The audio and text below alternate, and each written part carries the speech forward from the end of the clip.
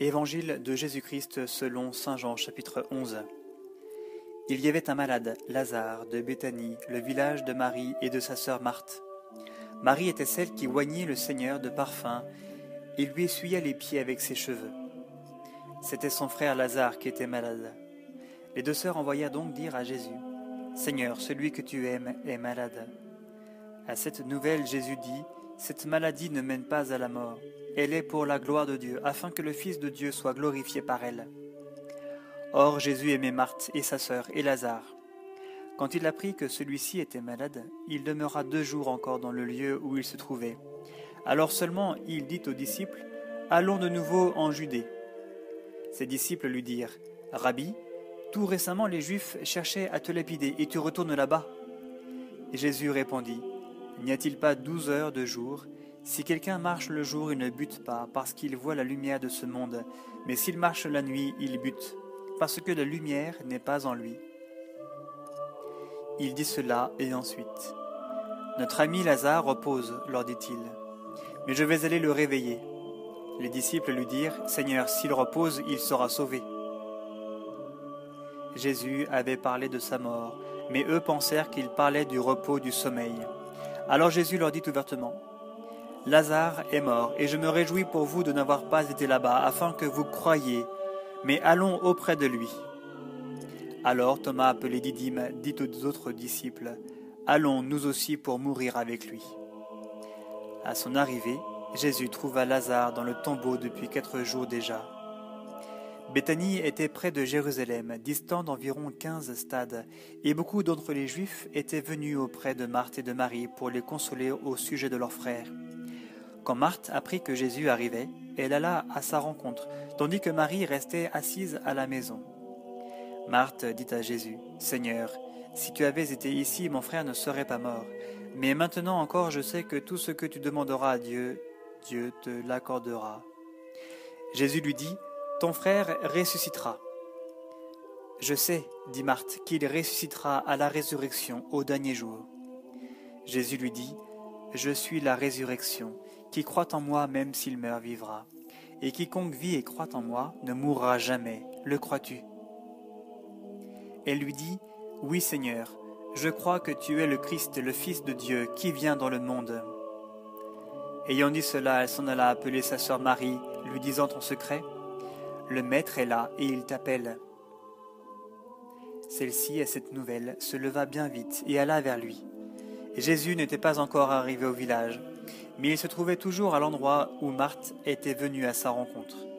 Quand les Juifs qui étaient avec Marie dans la maison et la consolaient, la virent se lever bien vite et sortir, ils la suivirent, pensant qu'elle allait au tombeau pour y pleurer. Arrivée là où était Jésus, Marie, en le voyant, tomba à ses pieds et lui dit, « Seigneur, si tu avais été ici, mon frère ne serait pas mort. » Lorsqu'il la vit pleurer, et pleuraient aussi les Juifs qui l'avaient accompagnée, Jésus frémit en son esprit et se troubla. Il dit, « Où l'avez-vous mis » Ils lui dirent, « Seigneur, viens et vois. » Jésus pleura. Les Juifs dirent alors, « Voyez comme il l'aimait. » Mais quelques-uns d'entre eux dirent, « Ne pouvait-il pas, lui qui a ouvert les yeux de l'aveugle, faire aussi que celui-ci ne mourût pas ?» Alors Jésus, frémissant à nouveau en lui-même, se rend au tombeau. C'était une grotte avec une pierre placée par-dessus.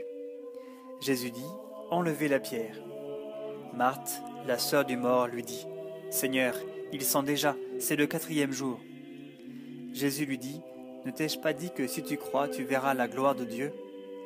On enleva donc la pierre. Jésus leva les yeux en haut et dit, « Père, je te rends grâce de m'avoir écouté. Je savais que tu m'écoutes toujours. Mais c'est à cause de la foule qui m'entoure que j'ai parlé, afin qu'ils croient que tu m'as envoyé. » Cela dit, il s'écriait d'une voix forte, « Lazare, viens dehors. » Le mort sortit les pieds et les mains liés de bandelettes, et son visage était enveloppé d'un suaire. Jésus leur dit, « Déliez-le et laissez-le aller. »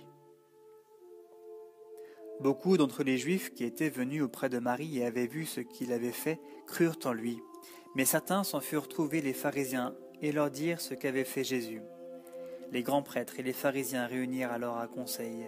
« Que faisons-nous » disaient-ils. « Cet homme fait beaucoup de signes.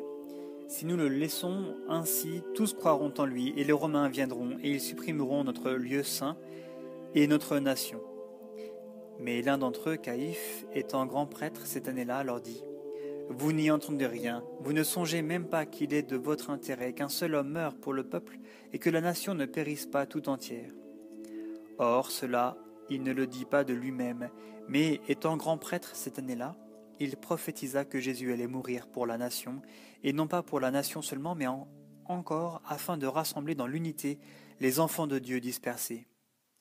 Dès ce jour-là donc, ils résolurent de le tuer. Aussi Jésus cessa de circuler en public parmi les Juifs. Il se retira dans la région voisine du désert, dans une ville appelée Éphraïm, et il y séjournait avec ses disciples.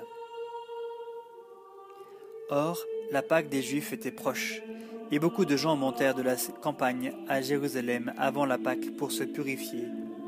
Ils cherchaient Jésus et se disaient les uns aux autres, en se tenant dans le temple : « Qu'en pensez-vous ? Qu'il ne viendra pas à la fête ?»